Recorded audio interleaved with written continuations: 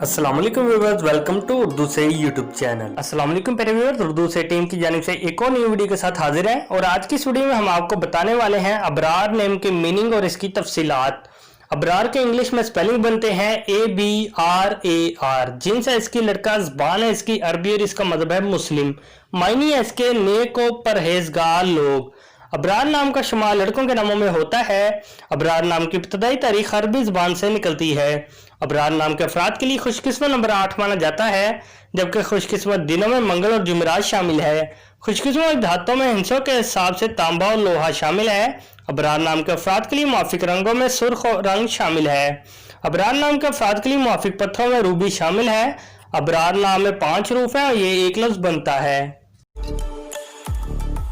अपने नाम का मीनिंग जानने के लिए कमेंट बॉक्स में लिखिए, चैनल को सब्सक्राइब कीजिए, वीडियो को लाइक और शेयर कीजिए। Thanks for watching.